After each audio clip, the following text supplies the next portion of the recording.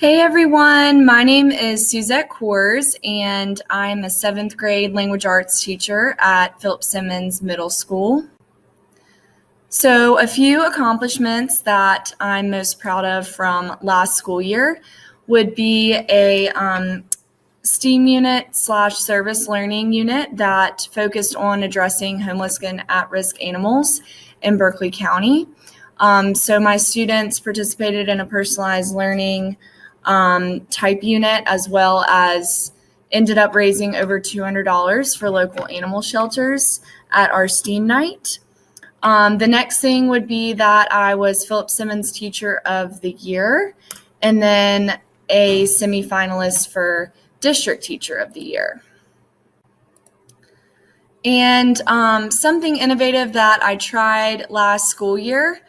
It's really different for each of my students and looks a little bit different in each class.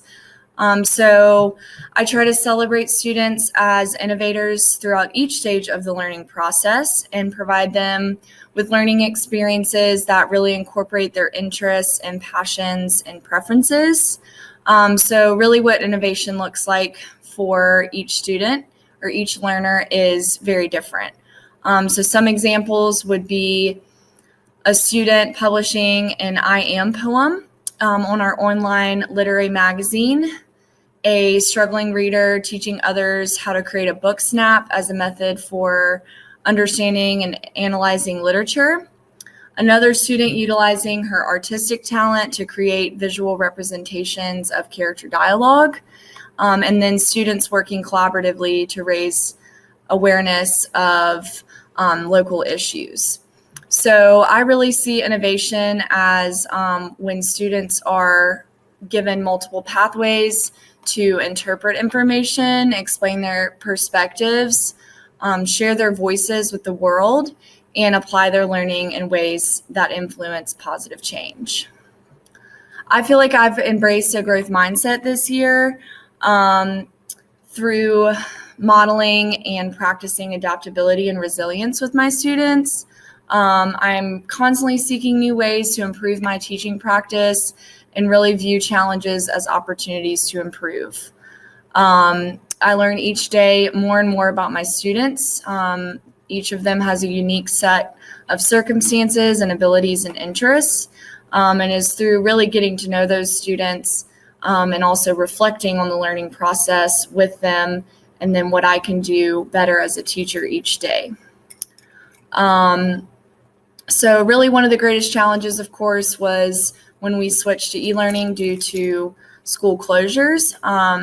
So the challenge of virtual learning, I tried to view this and make connections with students more frequently. And so this was a way that I saw this challenge as an opportunity.